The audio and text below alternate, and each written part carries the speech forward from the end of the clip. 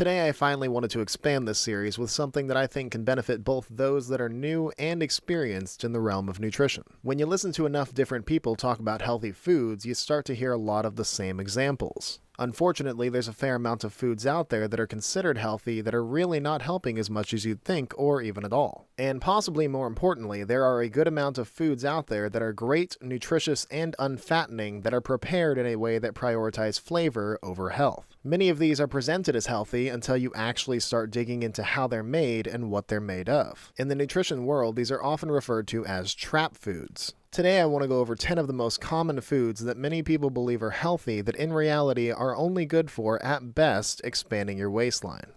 When I think trap foods, the very first thing that comes to mind is yogurt. And this is quite possibly the most important one, because yogurt is generally agreed upon to be a top-of-the-line dairy product, one of the healthiest foods out there and one of the most accessible ways to include protein in your diet. But I would be willing to bet that every single person who's eaten yogurt has at some point fallen for the trap. The problem is when I'm browsing through the yogurt section, the actual healthy, protein-dense per calorie variant seems to be actively hidden among an ocean of different flavors and names of fruit at the bottom and blended yogurts. Seriously, next time you're at the grocery store, see for yourself. The overwhelming majority of the time, fruit at the bottom yogurt is just the worst because it's basically false advertisement. Granted, most of it is fairly standard yogurt, but at the bottom is a ton of corn syrup and a little bit of fruit juice that hardly contains any of the nutrients you'd hope to get from fruit anyway. Your usual size cup of fruit at the bottom yogurt, which is about 150 grams, typically contains anywhere from 15 to 30 grams of sugar and 5 to 10 grams of protein. You know what else has that ratio? A Reese's cup. Blended yogurts are a bit better. Typically a 150 gram cup contains 10 to 20 grams of sugar and 10 to 15 grams of protein. Simply put, this is still not good for something that you are most likely relying on as a healthy protein source. If you're eating yogurt for health purposes, plain Greek yogurt is what you're looking for. It's going to have 15 to 20 grams of protein in the same amounts and 5 grams of sugar at the very most, with none from added sugars. Then you could add what you want for flavor from there. If you want to add some fruit,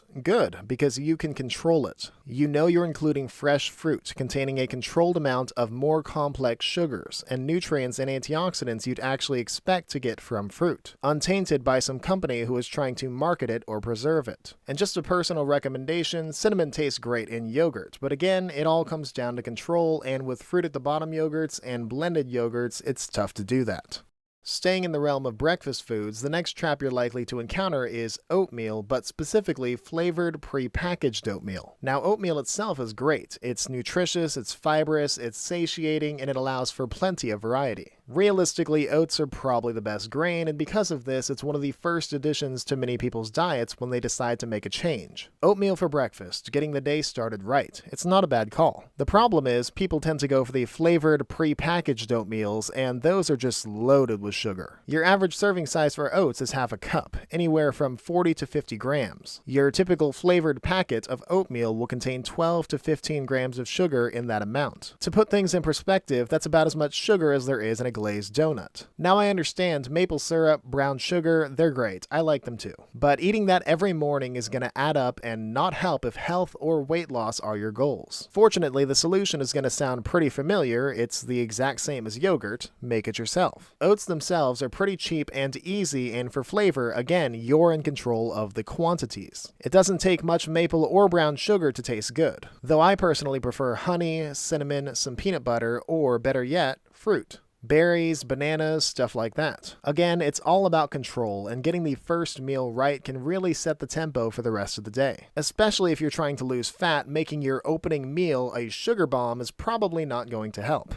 This next one breaks my heart a lot because one of the most hidden, perceived as healthy trap foods out there is sushi. Now, don't get me wrong, fish is amazing. We've been over this several times. On top of sushi, you typically have sashimi of salmon, tuna, yellowtail, shrimp, eel, octopus, etc., and they're all phenomenal. They are truly some of the most nutritious foods on the planet, with highlights being low-calorie protein and omega-3s. The problem is, as with a lot of things, the ratio. In standard sushi, fish on rice, at least in the US, you're getting at best 1/3 fish, and in rolls, you're getting much less, on top of usually some kind of sugary sauce. And what's taking up the rest? Maybe some fruits and vegetables, but usually a heap of white rice. Now, in the past, a lot of people got onto me about putting white rice down. One of the most common points people made was many people, especially from Asian countries, eat a ton of white rice and they're among the healthiest on earth. And you can't tell me with a straight face that this is a causation instead of a correlation, because let's take a look at everything else they eat. Plenty of seafood, full of protein, full of essential fats. Nutritious, fresh plant foods loaded with micros. And all of it untainted by processing and harmful nutrients like added sugars, trans fats, excessive omega-6s, and preservatives. And they walk everywhere. Their average citizen puts the average American to shame in terms of health and diet, and I think they can afford to let white rice slide. White rice is by nature a simpler carbohydrate. It lacks a complex nutrient profile and is thus very quick to be broken down and absorbed into the bloodstream to be stored as fat if not used quickly. Now, you'll often find athletes and bodybuilders use this to their advantage, eating it before a workout for energy or using it to refill their glycogen stores. Much like sugar, white rice is basically just fuel. Your body needs fuel. Your body doesn't need this much fuel, especially since I've never seen someone eat sushi and then go exercise right after. So eat sushi and enjoy sushi. I know I sure do. Appreciate the fish because that's what everybody's actually there for anyway. But just please acknowledge that sushi as we know it is a trap food, and more than anything, appreciate ginger.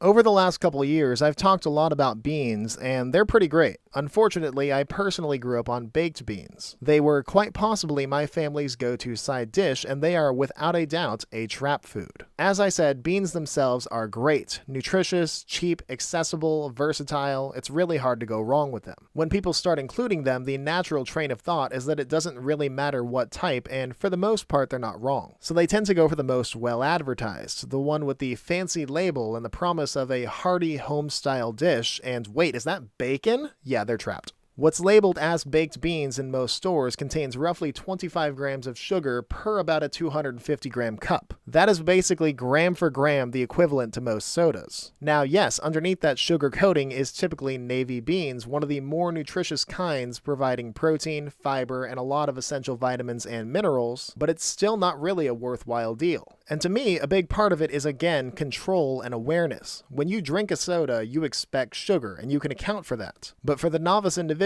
who hears beans are good for you and they think, oh, well, baked beans are my favorite, and then they're not even aware of the potential detriment. The fact that they might as well be eating a cup of beans with a glass of soda. Please, if your goal is healthy weight loss, like I know a lot of people's is, make the switch. It'll make things a lot easier.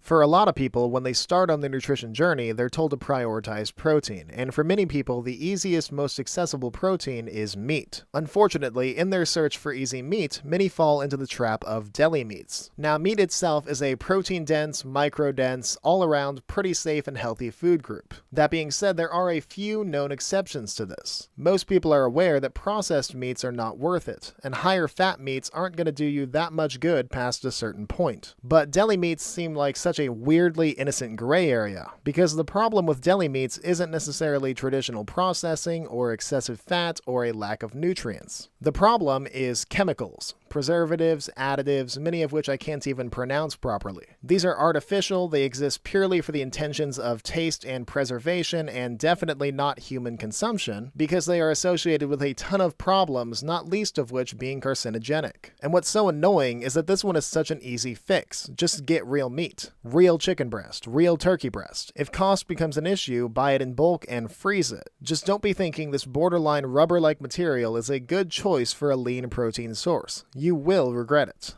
Next up, we've got a popular childhood favorite, fruit juice. Now, fruit is amazing. We've been over this many times. Fruit juices, on the other hand, are a problem because of something that we've talked about before. They're liquid. Calories, especially from sugar, are so much easier to consume when they're liquid. First off, fruit juices lack a lot of the nutrient appeal of fruits. You lose a lot of fibers and a lot of beneficial micros and plant compounds in the skin. Nutrients are stripped away little by little until eventually you might as well just be drinking a fruit-flavored glass of water with granulated sugar. Now, most fruit juices you'll find don't go that far, but they'll often make up for it with added sugars. In my personal experience, all of apple, orange, grape, grapefruit, Pomegranate, cranberry, pineapple, and cherry juices more often than not contain added sugars added in after the juicing process. Much like yogurt, it feels like they make an active effort to hide fruit juices that don't contain added sugars, and their quantities always blow me away. If you drink fruit juices to try to avoid other sugary drinks, they're hardly helping you.